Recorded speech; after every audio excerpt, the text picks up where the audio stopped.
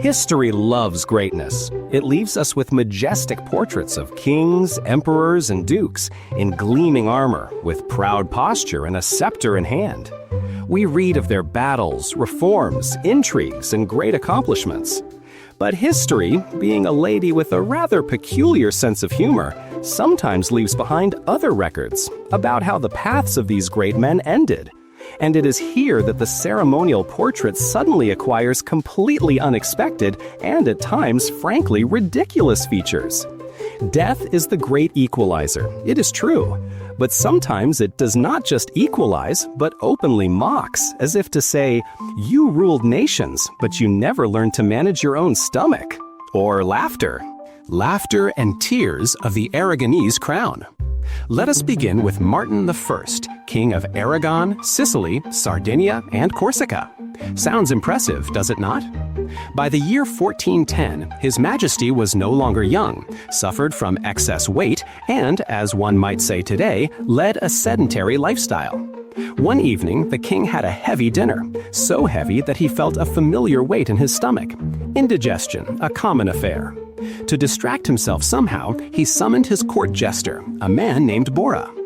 And so picture the scene. The dimly lit chambers, a portly king suffering from heartburn, and a jester whose duty it is to cheer him up. Bora, it seems, was a master of his craft. He told some sort of tale.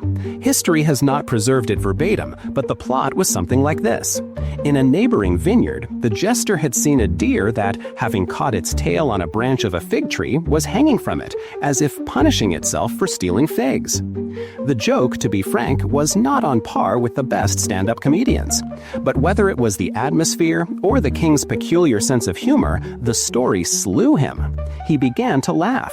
At first, it was ordinary laughter. Then it grew into Homeric laughter. The king guffawed so hard that his whole body shook. He clutched his sides, and tears streamed from his eyes. The servants, who had been smiling at first, began to exchange worried glances. The laughter did not stop. It continued, according to chroniclers, for about 3 hours. The king's body, already weakened and overloaded by dinner, could not withstand such an ordeal. At some point, convulsing from another fit of laughter, Martin of Aragon simply fell from his bed and died. A king who had survived intrigues, wars, and illnesses fell victim to indigestion and a joke. He is perhaps the only monarch in history to be literally killed by a joke. The Roman emperor as a Persian rug. And here is a much darker story, though not without its own absurd humiliation. Let us travel back more than 1,000 years to the Roman Empire. Emperor Valerian, Lord of the world, Viceroy of the gods on earth, a man whose single word decided the fates of millions. In the year 260, he suffered a crushing defeat at the Battle of Edessa and, an unheard-of event, was taken prisoner by the Persian king, Shapur I. For Rome, this was a shock. But what happened next was a true slap in the face to imperial pride. Shapur decided not just to keep Valerian in a dungeon, but to turn him into a living symbol of his triumph. According to sources, whenever the Persian king was about to mount his horse, he would summon the captive emperor. Valerian, the proud ruler of Rome, had to get on all fours so that Shapur could use his back as a stepping stool. Can you imagine the scene? Every day, in front of the entire court. But that was not all. A legend, which has become embellished with gruesome details, claims that Valerian's death was just as humiliating. Supposedly, Shapur, tired of his living footstool, ordered molten gold to be poured down his throat. As if to say, you Romans love wealth so much, so have your fill. The apotheosis of this grim theater of the absurd was that after Valerian's death, his skin was flayed, stuffed with straw, and displayed as an effigy in one of the main Persian temples as an eternal reminder of the victory over Rome. Historians still debate whether all of this is true or simply Persian propaganda that exaggerated the details. But as they say, when a legend is this vivid, it will be told for centuries. And in this legend, the emperor of a great power ended his days as a footstool and a stuffed trophy. The royal privy and its secrets. And now to the mists of 11th century England. King Edmund II, nicknamed Ironside. The name speaks for itself. He was known as a brave warrior who fought against the Danish invaders led by Canute the Great. A hero, the hope of the nation. His reign was short but brilliant. But the end? The end was, to put it mildly, prosaic. In November of 1016, the king went to visit, how to put this delicately, the privy. A privy in those days was not a porcelain throne with a water flush, but simply a wooden seat over a cesspit.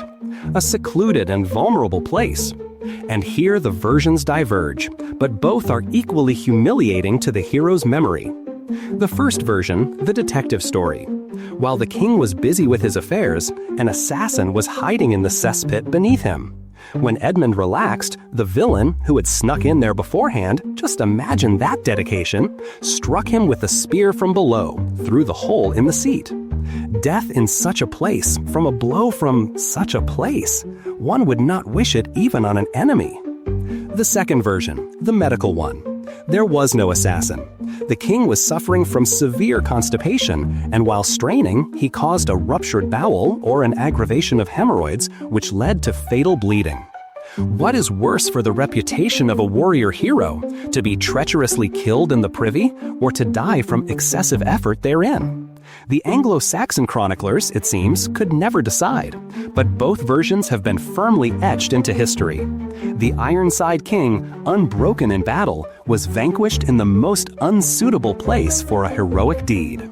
The Duke, the Servant, and a Ricochet of Fate. Let us move to the more gallant but no less reckless 18th century, to one of the German duchies. George Wilhelm Rudolph of Brunswick was not a world-class ruler, but he loved to live lavishly. His two main passions, hunting and drinking, ultimately mixed into a fatal cocktail. In 1731, during yet another feast, the Duke, warmed by alcohol, decided to demonstrate his marksmanship to his guests. The target chosen was most exotic, bottles placed on the head of a loyal servant. The servant, one must assume, was a man of iron composure. The first bottle shattered to pieces. The second, too. The guests applauded. The Duke, inspired by his success and the wine fumes, took aim at the third. And it was then that fortune turned its back on him. Taking a step to get a better aim, His Grace stumbled. The rifle jerked, a shot rang out, but the bullet flew nowhere near the servant. It hit the Duke himself, right in the chest. Death was instantaneous. And now for the most ironic touch to this story. What became of the servant whose head had been a hair's breadth from death 3 times? He not only survived, but became the hero of the day. The ducal court, appreciating his courage, or fatalism, granted him a lifetime pension with the citation for loyalty and composure. A rare case where participating in the deadly amusement of a drunken master led to a comfortable old age. Death by dessert. And finally, the most, perhaps, delicious ending. Sweden, 1771. King Adolf Frederick was a peaceful monarch, a patron of the sciences and arts who did not get involved in major wars. His reign was calm. His death was likewise calm, but it went down in the annals as an example of extreme gluttony. One fine day, the king sat down to dine. The menu was truly royal. Lobscouse, a dish of salted meat, potatoes, and onions, caviar, smoked herring, lobster, all accompanied by champagne. It would seem this was more than enough. But the king decided to finish his meal with his favorite dessert, semla buns. These are traditional Swedish sweet buns, cut in half, with a filling of almond paste and whipped cream. His Majesty ate one, then a second, then a third. He stopped only when he had eaten 14 buns. 14! After this, he felt unwell and died that same evening from a stroke, caused, as the doctors concluded, by simple overeating. Swedes still joke about their king, who ate himself to death. But if you think about it, perhaps this is not the worst end for a monarch. To die not from poison, not from a dagger in the back, not in a filthy cesspit, but from an infinite love of sweets. There is something uniquely honest and very human in that. And so history is written. Great deeds coexist with absurd accidents, and the ceremonial portraits of rulers are sometimes worth a closer look.